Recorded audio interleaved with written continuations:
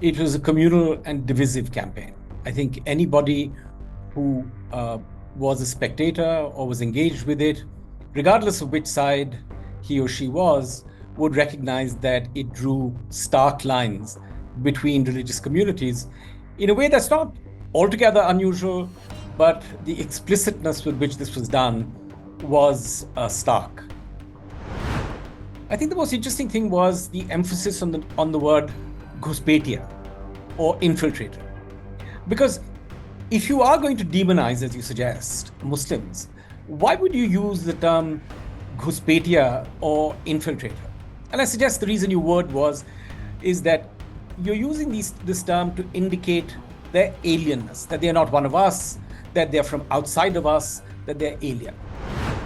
We are a majoritarian democracy, a democracy that increasingly justifies itself and defines itself by the exclusion of people rather than the inclusion of the enormous diversity of this country, which is what Mahatma Gandhi and the Indian National Congress of Anti-Colonial Days set its stall out by.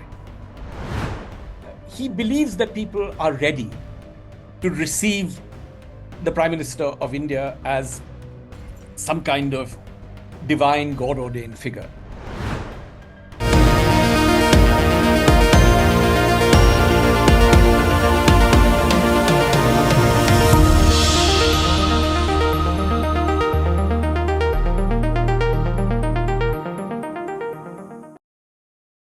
Hello and welcome to a special interview for The Wire. 2.5 months after the Model Code of Conduct was made operational, the campaign has ended. It ended at 5 p.m. on Thursday. And that raises the question, what should we make of all the different things that were said and done during this period?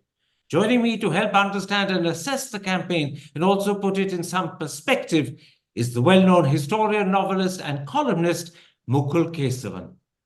Mukul Kesavan, 2.5 months after the Model Code of Conduct was declared on the 16th of March, campaigning ended at 5 p.m. yesterday. Before we come to details, what was the overall impression left upon you by the campaign that we've all experienced for the last 2.5 months? I think that one's easy. If I was to use a couple of words to describe it, it was a communal and divisive campaign. I think anybody who was a spectator or was engaged with it, regardless of which side he or she was, would recognize that it drew stark lines between religious communities in a way that's not altogether unusual, but the explicitness with which this was done was stark.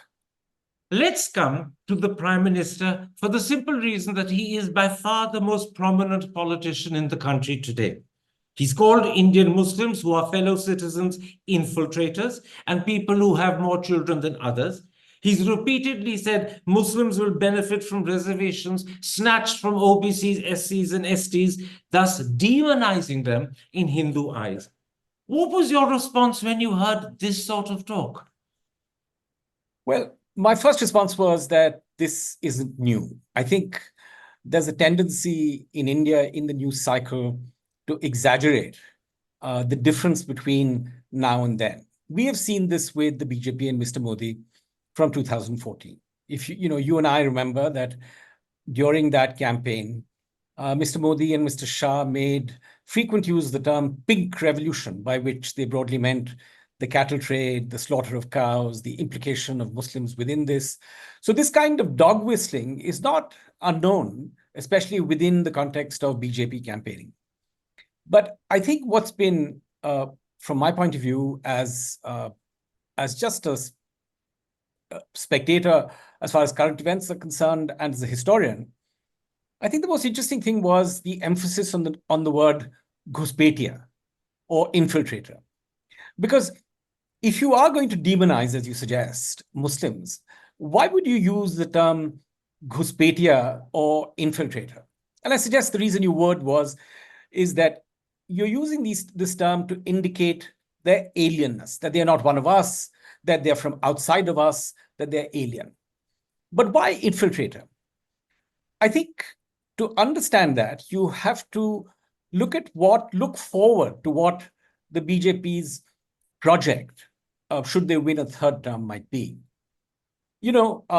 One of the great, in quotes, achievements of the BJP during its first 10 years is the consolidation of a majoritarian Hindu common sense. The idea that the rhetoric of Mr. Modi and his cohort and his party men is a kind of new normal.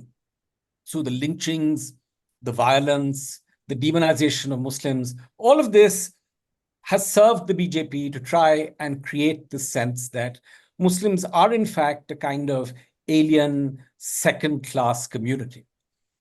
It's important, though, to recognize that every party like the BJP, a properly majoritarian party, seeks not just episodic violence as a way of defining the other, but they want to do it in a way that's systematic and institutional, that is institutionalized, that is embodied in the law.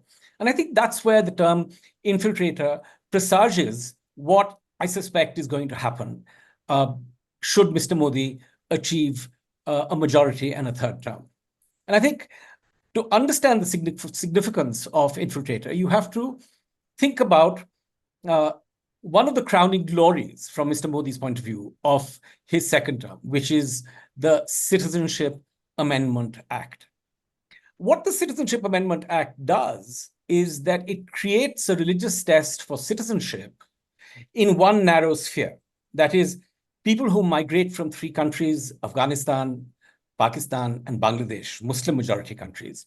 The people who illegally enter India, of these people, every religious community will be given an amnesty and an accelerated path to citizenship, except, of course, for Muslims. And the argument for this religious test, which will obviously be unconstitutional in a barefaced way, is that this is an attempt, a generous attempt, to provide religious refuge to persecuted minorities. So the idea is to try and create a category of citizenship from which Muslims are barred. This is a narrow category. But the way in which the use of this narrow category can be weaponized to destabilize Muslim citizenship in general is this. To understand this, you have to see the Citizenship Amendment Act as part of a pincer. On the one hand, you have the National Register of Citizens. On the other hand, you have the Citizenship Amendment Act. The NRC began in a kind of provincial way. It was a kind of Assamese initiative. The problem that it created was that it excluded too many Hindus. The operations of the NRC left too many Hindus outside the pale of citizenship. And that was clearly not acceptable to the majoritarians who sponsored it. So they came up with the idea of the CAA, which basically amnesties all non-Muslims. So now consider this. Consider a situation in Mr. Modi's third term, where the National Register of Citizens is made pan-Indian, which has been one of Mr. Amit Shah's pet projects. What you then have in the NRC, in the All India NRC, is a kind of national inquisition, where every citizen is asked to demonstrate, to prove through documentation that he's a citizen, or his parents or grandparents at some cutoff date were in fact citizens. Now, in a poor country like India, millions of people are undocumented, Muslims, non-Muslims alike. But here's the rub. Once you have this double act, this pincer of the NRC and the CAA acting in unison, essentially all non-Muslims who are undocumented have a get-out-of-jail-free card, whereas Muslims don't. So, for example, we're all familiar with the common use of the term Bangladeshi to describe not just illegals from Bangladesh, but all Bengali Muslims in India, regardless of whether they were citizens or resident in India or not. In the same way, what the NRC does is it makes this pan-Indian. So if you're, say, a Dakhni-speaking or an Urdu-speaking Muslim from Hyderabad or from Bangalore, and you don't have your papers, it's entirely possible to argue that you, in fact, might be an infiltrator from Pakistan or Afghanistan, in the same way as Bengali Muslims are often demonized as infiltrators from Bengal. So what this does, this notion of the Ghuspetia, prepares the ground for Indians to begin to receive the idea of Muslims as all potentially alien. Okay. Now, the Prime Minister has also claimed that his birth was not biological, but some sort of Desi immaculate conception. Later on, he said that he has a blood relationship with one of Guru Govind Singh's Panch Pyaras. What does all of that tell you about how he views himself? I think there are two ways of looking at this. The easy way of looking at this is to argue that Mr. Modi is deluded, that his magniloquence knows no bounds, that this is a kind of, shall we say, megalomania that is now unbounded. Some of this may be true, but I think to characterize it just in this way is a mistake. I think Mr. Modi, who does very little without premeditation, actually thinks that the figure of the Hindu god king is something that has traction within the electorate. You know, he's going off, for example, to meditate for 45 hours or so, I think in the near future. This notion It began this morning. That's right. So, so this notion of the sage, this messianic notion of being sent by God, this notion of being energized in a way that is divine. I think all of this is in part instrumental, in part to big himself up as the very embodiment of the Hindu god king, which he believes. And this might indicate a certain contempt for the credulity of the Indian voter, or it might be based on fact.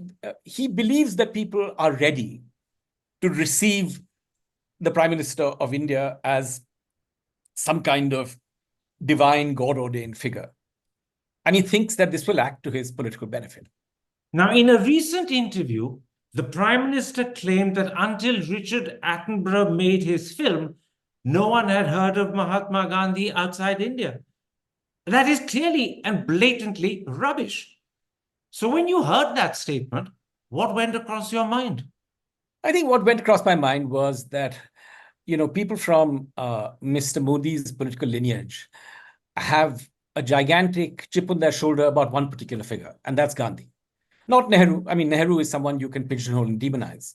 Gandhi is someone very difficult to get rid of, partly because Gandhi himself was so vociferously himself a Hindu. So what Mr. Modi has tried to do is he has tried to abstract Mr. Gandhi, so the spectacles in the Swachh Andolan, for example. But Gandhi remains a kind of bugbear. The notion that this figure who was so closely associated with the Indian National Congress and anti-colonialism and the Republican setup as it was created after 1947 is something that gnaws at them. So I think the way Mr. Modi put it when he was talking about this is that, what did we do to make Gandhi famous? It took a foreigner to make Gandhi famous. And Gandhi was not known before that foreigner made him famous. I think it's a kind of wish fulfillment. This notion that, the Gandhi was a kind of obscure Indian figure who was amplified by the West. And I think the implication of this, I'm reluctant to believe that Mr. Modi is ignorant of Mahatma Gandhi's worldwide resonance. Because he's, I give Mr. Modi too much credit to believe that he actually thinks that. I think, in a sense, it's not almost a kind of psychological reflection of this wish that this pesky Gandhi was less famous than he actually is. An attempt, in a sense, retrospectively, to cut him down to size. Finally, while we're talking about the Prime Minister, let's come to the meditation that's begun today in Kanyakumari. Already, social media has images of the Prime Minister, legs crossed, hands clasped, in meditation. Clearly, if those are accurate, the television cameras are there, multiple angles are being portrayed to us. As the cartoon suggested, and it was a pretty famous cartoon yesterday, is this meditation or is it media attention? I think your question supplies the answer. There's nothing that Mr. Modi does that isn't entirely targeted at image management. It's something that he has taken to a completely new level So I don't think anybody should be surprised that this moment of meditation is not solitary, that it is, in fact, meditation done in the world's eye as never before. What about something else? He is still Prime Minister of India and will continue to be Prime Minister of India until a successor is sworn in, unless he is, of course, his own successor. And yet, for 45 days, he's absented himself from the capital. He's in meditation where he cannot be disturbed. Who is running the government in his absence? And if there's an emergency, what happens then? He has taken an oath of office where he is committed to putting the good of the country foremost, and yet he's absented himself at this moment. I just wanted a clarification. Is it 45 days? 45 hours, my apologies. 45 hours. So I guess Mr. Modi would see it as his divine weekend. I mean, everybody's entitled to 2 days off, and I suspect he thinks that these are his. So to wind up on Mr. Modi, are you impressed with the way he's conducted the campaign over the last 2.5 months, or do you have more questions than you have praise? I mean, I think if you were a detached observer of politics, you would, and if you had lived through or observed the last 3 campaigns, you would be impressed by the way in which Mr. Modi and his party have marshaled every conceivable resource, legitimate or illegitimate, to shore up their position.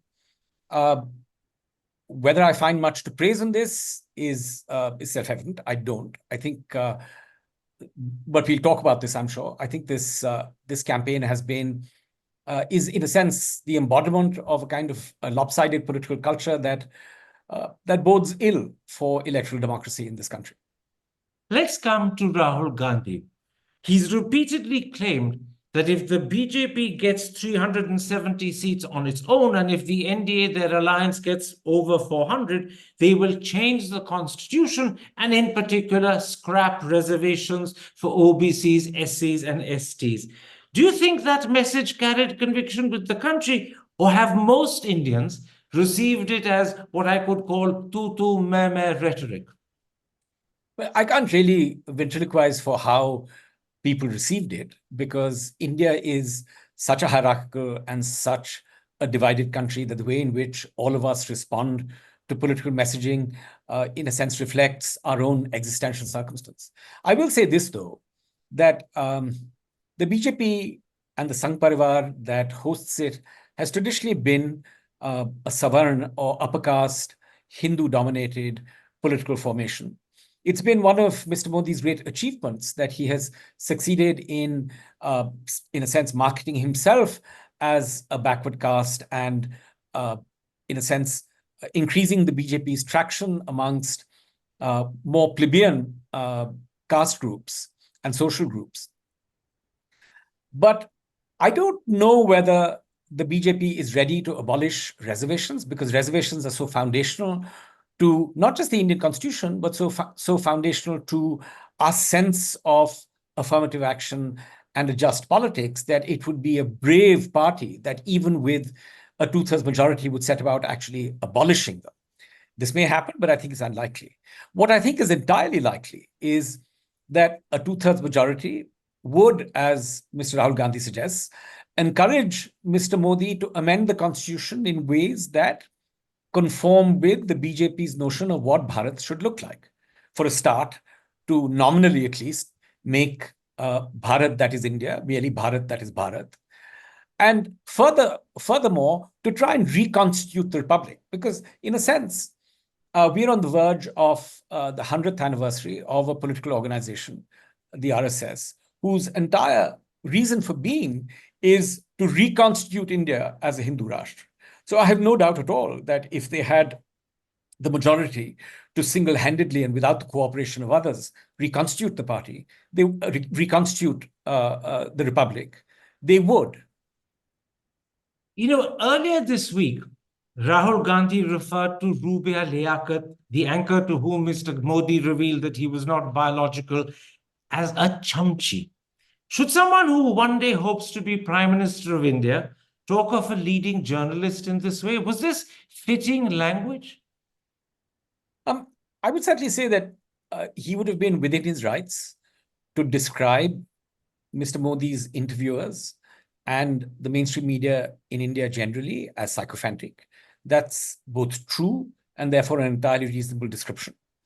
I think it's always a mistake for a senior political figure to personalize this position. He could have, for example, said that that the interviewer in question belongs to a class of sycophantic journalists. That would be a more becoming way of putting it.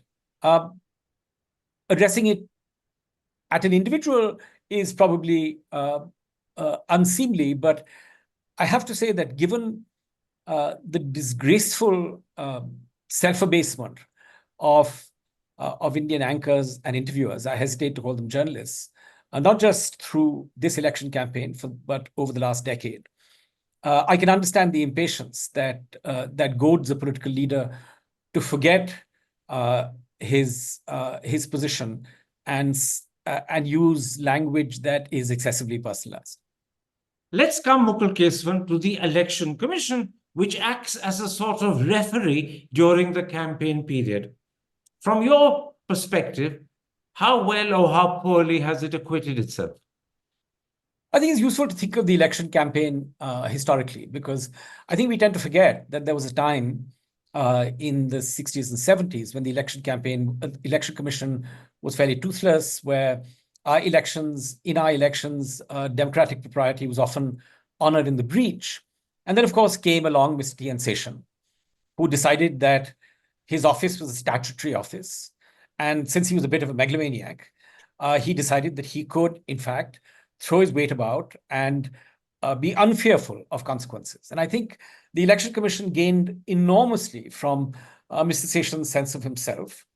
And his example created a kind of model for his successors, which is a salutary and a good one. But I think what has happened in the current election is that the Election Commission we have and its willingness to, shall we say politely, its willingness to go along with the ruling party's idiosyncrasies and rhetoric has to do with the institutional change that occurred in its choosing. Because till law was passed recently to actually nominate what the process of selection would be, the election commissioners were chosen by the Prime Minister, the leader of the opposition, and the Chief Justice of the Supreme Court. So this led to a kind of equal and balanced set of three people. But this was an ad hoc arrangement.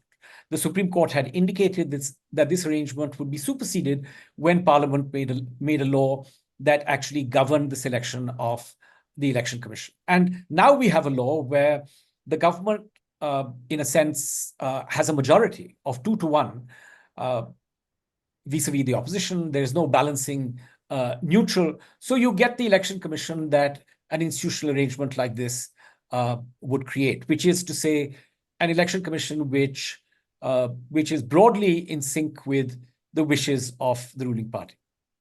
Now, there is a fairly widespread view that the Election Commission lacks the courage, perhaps even the integrity, to take tough decisions about Mr. Modi, and therefore Mr. Modi can breach the Model Code of Conduct or the Representation of People Act, and the Commission will simply smile and at best twiddle its thumbs. Do you share that impression?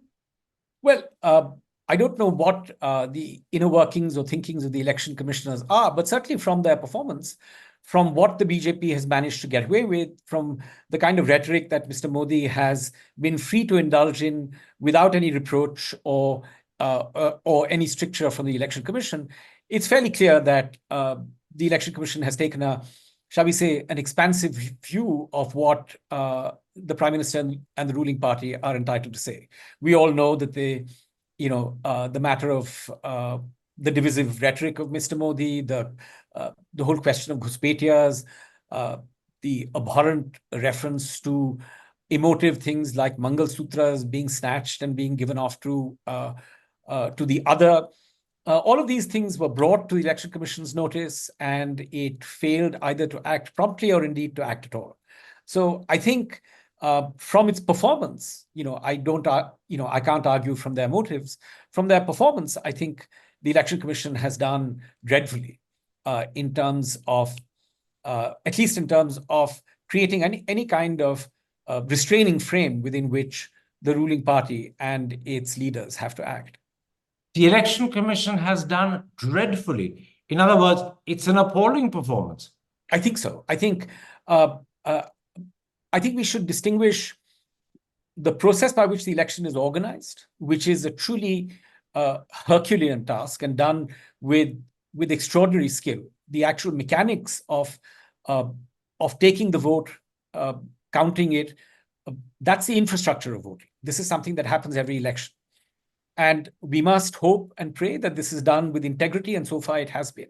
But we must distinguish this from the Election Commission being seen to be impartial, like Caesar's wife. You have to actually be seen to be even-handed. And I think the Election Commission has completely failed in that task this time around. Now, the other critical institution during an election campaign is the media. By one count, Narendra Modi has given almost 75 interviews, some long, some short, some simply sound bites. Judging by the ones you've seen, were they professionally conducted, or was he placed on a pedestal and treated with reverence and deference? I think nothing that happened in this election campaign by way of the interviews that Mr. Modi gave. By the way, Mr. Modi is not someone who is easily interviewed. He seldom answers questions. He never gives a press conference. So I think the first thing to ask is, how is it that this unending stream of interviews was allowed without any stricture during an election campaign? Because they do, in fact, add up to a form of campaigning. But that said, I would say that over the last 10 years, one of the astonishing things about mainstream media in India, one of the truly, I remember once watching, I think in 2011 it was, an Urdu talk show on the internet in Pakistan, where the participants seemed to be deranged. The kind of shouting, the yelling, the abuse seemed extraordinary. And like many Indians, I switched that off thinking, thank God we're not them. But I think over the past 10 years, Indian television, the whole notion of the panel discussion, the idea of the interview has been completely demolished. The kind of degradation we have seen in the whole in the two functions that a news media must perform. One is to report on events, and the other is to hold political actors to account. In both of these, they have failed completely, and they failed in a lopsided way. They have abased themselves in front of Mr. Modi and the BJP for reasons that I can't completely understand. Perhaps it is the case that they are beholden to this party. Perhaps it is the case that government agencies have something on them. But I find it very hard to understand the lack of self-esteem, if nothing else, of these people who present themselves as journalists. And yet, confronted with Mr. Modi, behave like simpering debutantes. We've all heard Mr. Modi call Muslims infiltrators and people who have more children than the rest of us. You and I have just spent 5 to 10 minutes discussing that particular comment. Yet in interviews, Mr. Modi has blatantly denied he was talking about the Muslims. And not one interviewer, literally not one, called him out. That was a blatant lie being spoken by the Prime Minister, but it was readily accepted by every single journalist to whom he said it. As someone who writes a regular newspaper column, and therefore, in a sense, has a close association with journalism, would you say this was a serious lapse by Indian interviewers? I don't think it's just a lapse by Indian interviewers. I think we have seen a process literally of liquefaction, that the entire structure that underpins a healthy newspaper, or indeed a television platform, or even an online platform, seems to have collapsed under the belligerence, the bullying, and just the implicit threat of the sanctions that would follow any kind of questioning, because any kind of questioning is interpreted by the state as dissent. And dissent seems to be intolerable. So I think nothing that we have seen in this campaign should have surprised us, because nothing in the past 10 years has led anyone to believe that the mainstream media in India is anything but supine. Hi, I'm Karan Thapar. Over the last few years, I hope you've been watching my program, The Interview on the Wire. During that period, I've interviewed doctors, politicians, businessmen, scientists, authors, and even the occasional Nobel laureate. For me, it's been exciting. I hope it's been enjoyable for you. But these, as you know, are tough times, and if this program is going to remain bold, independent, and sometimes even defiant, then I think we need your support. At the end of the day, it's a truism, but editorial independence is best defended by the viewers. So if you would like this program to remain the way it is, forthright, outspoken, and interesting, then would you consider supporting us? All you have to do is to click on the description at the bottom. But more than anything else, I hope you will continue to watch the interview. Your viewership means an awful lot to me.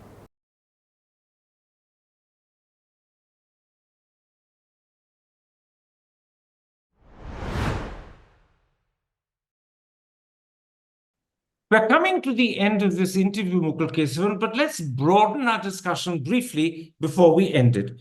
India boasts of being the world's largest, biggest democracy.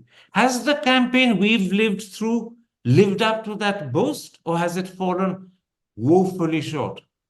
I think the answer to that is yes and no. I would say that infrastructurally, in the mechanics of the election, in the extraordinary achievement of conducting a subcontinental poll that we do regularly every time a term ends, we have achieved something quite extraordinary. And I think we shouldn't sell ourselves short on that. The one thing, so far at least, that we can be justifiably reassured by and be proud of is that India conducts, at least in terms of the mechanics of vote gathering and counting, a process of integrity. I think where the answer must be no is that the playing field within which the infrastructure of voting occurs has been utterly overset. It's been overset by shady election money and funding.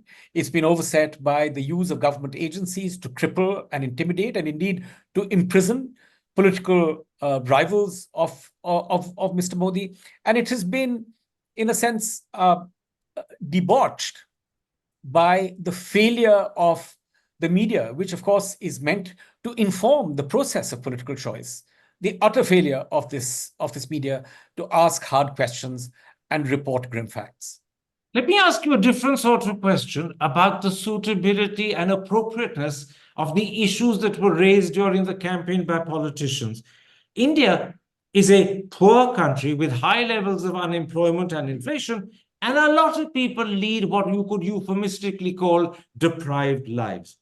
Did our politicians raise issues that really matter to people, or did we circumvent them by talking about things such as Mangal Sutras and mutton, the Ram Temple in Pakistan, or claiming to be a Desi form of Immaculate Conception?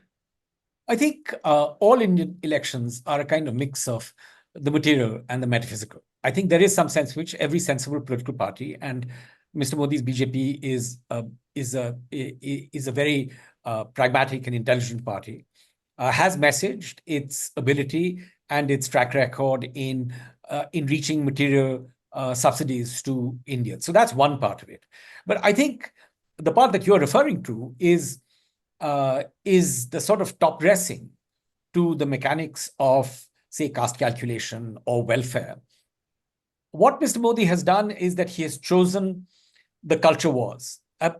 I would say that this use of religious rhetoric, of division, is something that is, if you will, which has been almost a prerogative of the BJP in this election. Because as far as I can see, Indian oppositions over the past 10 years have frequently been hapless and disorganized. But the one charge that is hard to bring against, for example, the India formation, is that its rhetoric has been specifically communal or divisive. It hasn't. I think it has recognized that Mr. Modi is the grandmaster of this kind of majoritarian division, and it has thankfully decided not to try and be a second best version of it. But I think it's certainly true that this election, in a sense, reminds me in its division, in its rancor, with the election that I lived through in 1984, after the assassination of Mrs. Gandhi and the terrible pogrom that followed. The kind of reckless rhetoric, the kind of majoritarian rhetoric that you heard from the ruling party then seems to have found a kind of mirror in this particular election. So you're suggesting that in terms of rhetoric, in terms of divisive issues, in terms of appealing perhaps to the basest instincts of the Indian people, we've gone all the way back to the election campaigns of the 80s and perhaps even the 70s. And at least with the election of 84, you could see that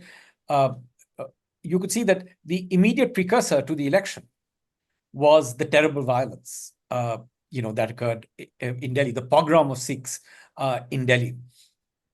And this kind of superheated election campaign, the kind of majoritarian election campaign that the Congress ran then, was in the immediate context of this. The extraordinary thing about the election of 2024 is that 40 years later, we have reached that pitch of majoritarian divisiveness, that pitch of communal frenzy in our rhetoric, without a large communal event of violence, that we seem now to find the ruling party switching this on, regardless of the circumstance in the country. So would I be right in concluding that this doesn't do us any credit as a people or as a democracy?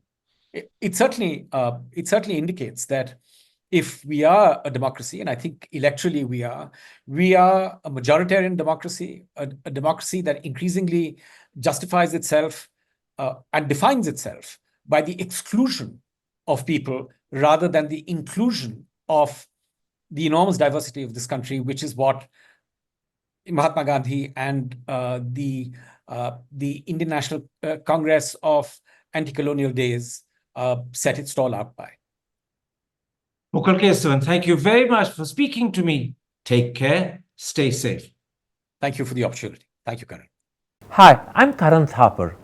Over the last few years, I hope you've been watching my program, The Interview on the Wire.